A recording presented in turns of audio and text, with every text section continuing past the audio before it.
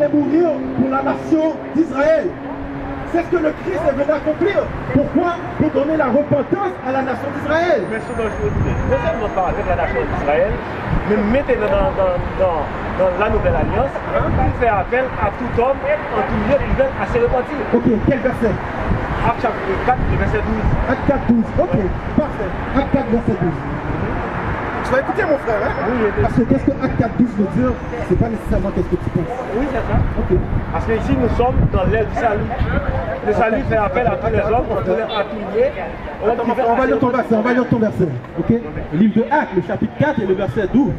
Il n'y a de salut en aucun autre, car il n'y a sous le ciel aucun autre nom qui a été donné parmi les hommes pour lesquels nous devions être sauvés. Okay. Est-ce que ça dit que le salut est pour tout le monde? Salut? Oui. Ça dit que le salut est pour tout le monde. Il appelle. Ok, relis ça. Tout lié, à tout l'homme. Il n'y a de salut en aucun autre, car il n'y a sous le ciel aucun autre nom qui a été donné parmi les hommes, par laquelle nous devions être sauvés. Ok, et le salut est pour qui? Tous les hommes. Pour les hommes. Bon, ok, donne-moi Acte 5, 31. On va voir le salut. Donne-moi Acte 5, 31. Premièrement, on va aller voir pour qui le salut est, et après je vais t'expliquer c'est quoi la signification du verset. Ok, parce que ça ne veut pas dire qu'est-ce que tu penses. C'est pour ça, souvent les chrétiens disent, oh, vous ne lisez pas le contexte. C'est quoi le contexte de Acte 4, verset 12? Oui. Non, mon frère. Oui. Donne-moi le salut. Le livre de Actes, le chapitre 5, le verset 31. Écoute, mon frère, écoute. Dieu l'a élevé par sa droite. Qui Dieu a élevé? Jésus. Ok, Jésus-Christ, on est d'accord. Comme prince et sauveur pour donner à Israël la repentance et le pardon des péchés. Pour donner à qui? À qui la repentance? À Israël la repentance et le pardon des péchés. Mon frère, premier mensonge. Tu as dit que le salut était pour tout le monde. La Bible vient de dire Mais que c'est pas pour Israël, Israël. écoutez, pas Israël. Israël uniquement. Non, écoutez, pas Israël. C'est pas Israël qui doit annoncer. Non, relis le verset. Mon frère, tu ajoutes des mots. Non, tu ajoutes des mots à la Bible. Relis Acte 5, verset 31. Si tu fais ça, mon frère, ça va pas aller bien. N'ajoute pas la parole à la Bible. C'est pas qu'est-ce qu'on vient de lire. Le livre de Actes, le chapitre 5, verset 31. Dieu l'a élevé par sa droite comme prince et sauveur pour donner à Israël. À qui? Matthieu 28. Non, attends, pour donner à qui? À Israël la repentance et le pardon des péchés. À Israël, le pardon des péchés. Le salut, la repentance, c'était pour qui? Qu'est-ce qu'on vient de lire? Pour Israël. Ok, pour Israël. Maintenant, où est-ce que tu trouves la repentance pour les autres nations? Écoutez, allez faire des internationales ici. Matthieu 28. Ok, mon frère, tu n'étais pas là, on a été là déjà. Ok, on va retourner là. Écoutez, mais on va lire le verset. On va lire le verset. Il avait donné une mission à Israël. Mais on ne peut pas rester, on ne peut pas rester abonné. On va donner quoi? On va lire la mission. Israël, mais il a donné, mais il a envoyé Israël aussi à apporter le salut à toutes les nations de la terre. Ok, on va lire le verset. Mais ce n'est pas pour Israël seulement. On va lire le verset. Après ça, on va expliquer. Allez. Le livre de Matthieu, le chapitre 28, le verset 19. Mon frère, je vais te dire quelque chose, ok? Oui. Souvent, les gens viennent nous voir, on leur donne des milliers de versets. Après ça, ils viennent nous dire Jean 3,16. Comme si on n'avait jamais lu Jean 3,16. Ok? On donne des milliers de versets, les gens viennent nous donner Matthieu 28, 18. Comme si on n'avait jamais lu Matthieu 28, 18. Non, mais... Le problème, c'est que vous n'avez pas la bonne compréhension des Écritures. Et vous ne connaissez pas l'Ancien Testament. On va lire. Les autres considèrent la même façon. Le livre de Matthieu, le chapitre 28, écoute mon frère. Et le verset 19. Allez, faites de toutes les nations des disciples, les baptisant au nom du Père et du Fils et du Saint-Esprit, et enseignez-leur à observer tout ce que je vous ai prescrit. Et voici, je suis avec vous tous les jours. Donc, de faire des disciples de toutes les nations. Mon frère, une question. Tu viens d'où? C'est quoi ta citoyenneté? Haïtienne. Non, ta citoyenneté. Haïtienne. T'as pas de citoyenneté canadienne? Non. T'as pas encore de citoyenneté canadienne? Non. Ok. Ma soeur, tu viens d'où? Du Pérou. Du Pérou. C'est quoi ta nationalité? Encore, j'ai un passeport canadien. Encore, t'as pas encore la citoyenneté ici. Ok, après un certain temps que tu passes. Ok, après un certain temps que tu passes ici, tu obtiens la citoyenneté quoi? Oui. Même si. Non, non, mon frère, réponds à ma question. Après un certain temps que tu passes ici, ta nationalité, c'est quoi ta citoyenneté? On va faire une bref. Bref, comme tu vois. Mon frère, après un certain temps, tu prends la citoyenneté canadienne. Okay. Si je vais en France, après un certain temps, je prends la citoyenneté française. Si je vais aux États-Unis, après un certain temps, je prends la citoyenneté française. Attends une minute, mon frère. Est-ce que ça change de moi ma race? Non, non. Est-ce que ça change de moi que je suis, comme tu dis que tu es un haïtien? Est-ce que ça change de vous comme vous êtes péruvienne? Parce que vous avez la citoyenneté canadienne? Non. Alors, voyez ça. Quelque chose dire. Because I can go outside of country. Et je voudrais avoir ma citoyenneté pour voyager aussi, qui c'est ma famille, de la famille. C'est pourquoi je m'en parce que je n'entends pas bien. Que si ça change, il y a un changement que tu n'as pas de citoyenneté. Parce que tu ne peux pas sortir du pays malgré le Covid. Oui, parce que tu pourras perdre des opportunités à aller. Mais là, qu'est-ce que j'essaie de vous montrer? Quand je suis parlé de nation, ça ne parle pas de nation, qu'est-ce que tu penses? Ok, relis Matthieu 28, 18, on va te montrer ça. De Matthieu, chapitre 28, verset 19. Allez, faites de toutes les nations des disciples, les baptisant au nom du Père, du Fils et du Saint-Esprit. Donc maintenant, les chrétiens vont lire ça, ils vont dire que ça veut dire, allez maintenant, Jésus a dit, allez prêcher à tout le monde. Mais ce n'est pas qu'est-ce que Jésus a dit. C'est là, vous avez une mauvaise compréhension des Écritures. On va voir Acte 2, verset 5, on va te montrer ça. Acte 2, avant Acte 1, verset 9. Acte 1, verset... pas 1, verset 9.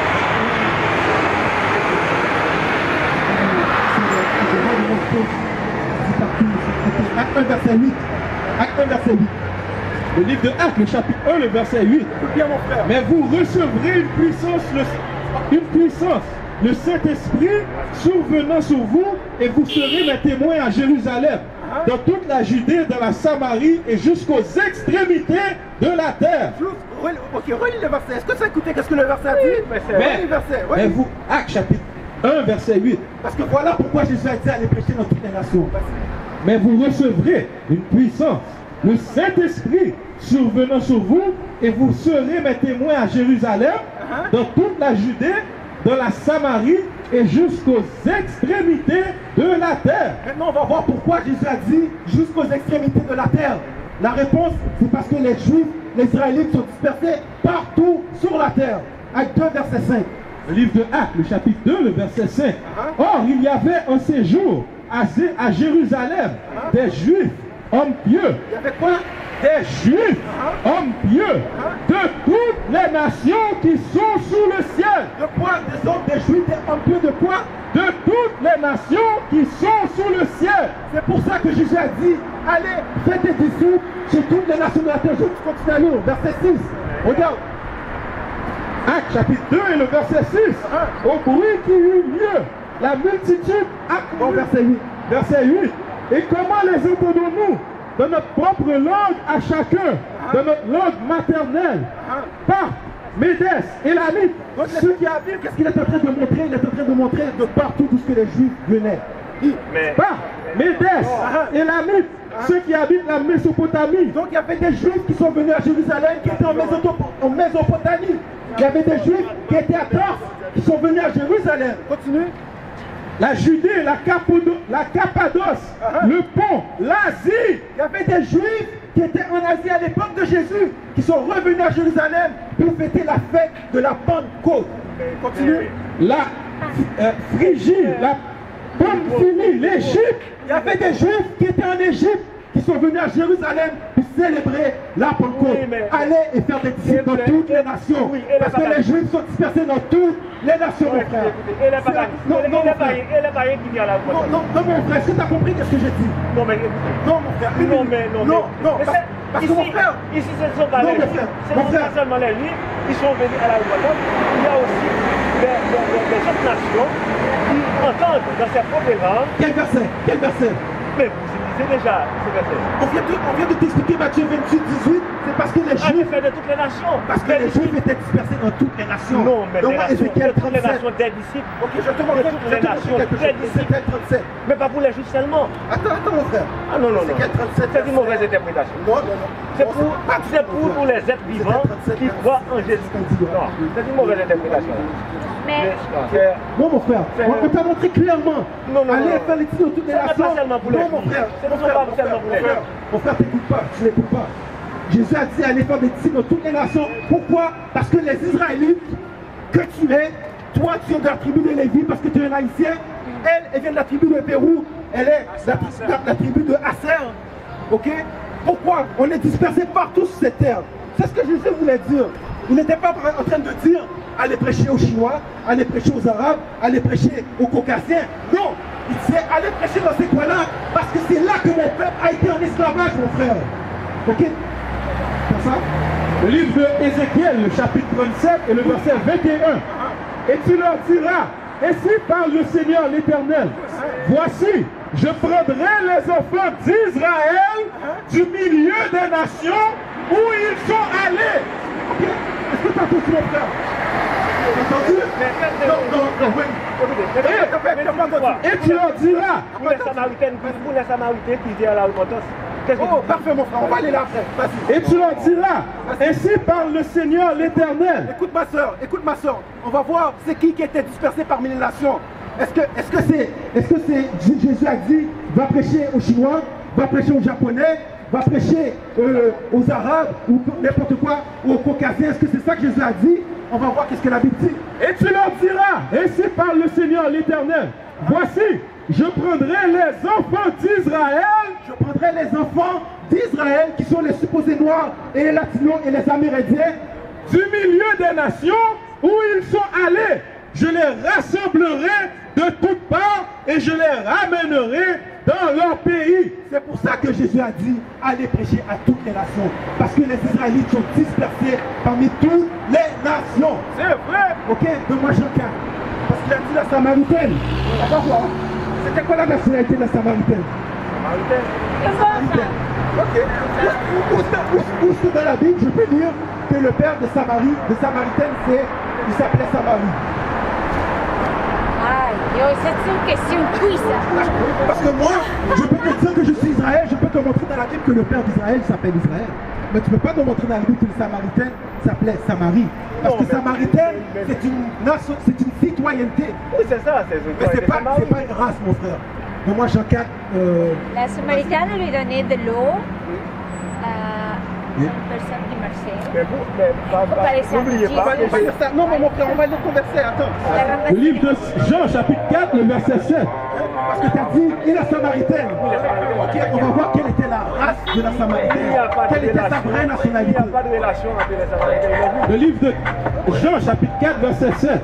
Une femme de Samarie veut puiser. Attends, mon frère t'es déjà contredit une fois. Ok, on va voir si je peux contredire une deuxième fois. Une femme de Samarie veut puiser de l'eau. Jésus lui dit, donne-moi à boire, car ses disciples étaient allés à la ville pour acheter des vivres. La femme samaritaine lui dit, comment toi qui es juif, me demandes-tu à boire? Donc la femme de Samarie a dit, comment toi Jésus qui es juif, tu me demandes à boire? Ok, vas-y. Comment toi qui es juif, me demandes-tu à boire? À moi qui suis une femme samaritaine. Parce qu'elle dit, je suis une femme samaritaine, toi tu es un juif, mais tu me demandes à boire. Donc la femme samaritaine trouve ça bizarre. Les juifs, en effet, n'ont pas de relation avec les samaritains. Les juifs, en effet, n'ont pas de relation avec les samaritains. Okay? Jésus lui répondit, si tu connaissais le nom de Dieu et qui est celui qui te dit donne-moi à boire, tu lui aurais toi-même demandé à boire et tu t'aurais donné de l'eau à vivre, de l'eau vive. Seigneur, lui dit la femme, tu n'as rien pour puiser et le puits est profond. D'où aurais-tu donc cette eau vive? Porte attention à ce verset-là. C'est encore la conversation entre la Samaritaine et Jésus. Verset 12. Tu connais, mais tu n'as pas la compréhension. Je vais te donner la compréhension. Verset 12. Écoute, verset 12. Es-tu plus grand que notre père Jacob? Wait, une minute. Si je viens avec toi, je te dis, je parle à quelqu'un et je dis, est-ce que tu es plus grand que notre père? Ça veut dire qu'on a le même père. N'est-ce pas? Ok, relis cette partie-là. Es-tu plus grand que notre père Jacob? La Samaritaine a dit au Christ, es-tu plus grand que notre père Jacob? Qui était le père de la Samaritaine? Jacob. Jacob était le père de la Samaritaine. La Samaritaine sont des Israélites. C'est vrai. Ok, ils sont des Israélites, tout comme les Juifs. Continue. Qui nous a donné ce puits? Qui nous a donné ce puits? Parce que Jacob avait construit le puits. Jacob, notre père, nous a donné ce puits. Et qui en a bu lui-même, ainsi que ses fils et ses troupeaux. Jésus lui répondit, quiconque boit de cette eau aura encore soif. Ok, donc le père Jacob était le père de la Samaritaine. Il vient de la même lignée. Ok, donne-moi ça dans Ésaïe. Ésaïe 7, what's the verse? It says Samaria, the head of Samaria. I think 7, 8. Non. Ésaïe 7, verset 7, 8. Oui. On va te montrer quelle était la tribu de la Samaritaine. Ok? Parce qu'il y avait une tribu que leur portion était Samarie. Le livre d'Ésaïe, le chapitre 7 et le verset 9. La Samarie est la tête d'Éphraïm et le fils de Ramalia est la tête. On dit ça, la Samarie était quoi? La Samarie est la tête d'Éphraïm. La Samarie est la tête d'Éphraïm. Qui est Éphraïm? Les supposés portoricains. Si la femme samaritaine existait aujourd'hui, on l'aurait appelée portoricaine. Ok? Elle était une Israélite. Ok? Selon la Bible, le problème, est-ce que tu savais que les Israélites avaient été divisés en deux royaumes? Est-ce que vous connaissez cette historique-là? Est-ce que vous savez que sous le règne de Roboam, la nation d'Israël a été divisée en deux, le royaume du sud et le royaume du nord? Le royaume du nord était dirigé par Éphraïm et le royaume du sud était dirigé par Juda. Et ils ne se parlaient plus. C'est pour ça que la Samaritaine a dit, pourquoi toi qui es juif, tu parles à une Samaritaine? Ok? Jésus est venu pour les rassembler. Je vais te montrer ça. Donne-moi Matthieu 10, verset 6. Matthieu 10, verset 6. Je vais te montrer. Le retour de Jésus, Jésus est revenu pour ramener les 12 tribus d'Israël ensemble. Ouais. Parce que Judas, Benjamin, Lévi, c'est le royaume du sud. Continue d'Éphraïm jusqu'à Nephtali, c'est le royaume du nord. Ok? Donc tu regardes aujourd'hui, les Noirs et les Latinos, quand je dis les Noirs, je parle des Haïtiens, les Noirs américains, les Caribéens, souvent on a des problèmes avec les Latinos. Les Latinos ne nous aiment pas, on ne les aime pas. Pourquoi? Parce qu'on ne sait pas qu'on est le même peuple. La division existe jusqu'à aujourd'hui. Jusqu'à aujourd'hui, elle existe. We used to scream Black Power while Heron was pushed. But at the end of the day, nothing's in vain. IUIC has been given a vision. The tents of Judah has risen. Many has attempted the mission. Minor murmuring, omitting, and missing the mark. Just reading that he had the flame of fire in his eyes gave us the spark. We on Paul's mission. We out on the road, purple and gold, from Mexico, Cuba, Haiti, Ghana, Sierra Leone. 144,000 boots banging, concrete crackling. These are our men repented at heart. The scriptures is proof. IUIC, we deliver the truth.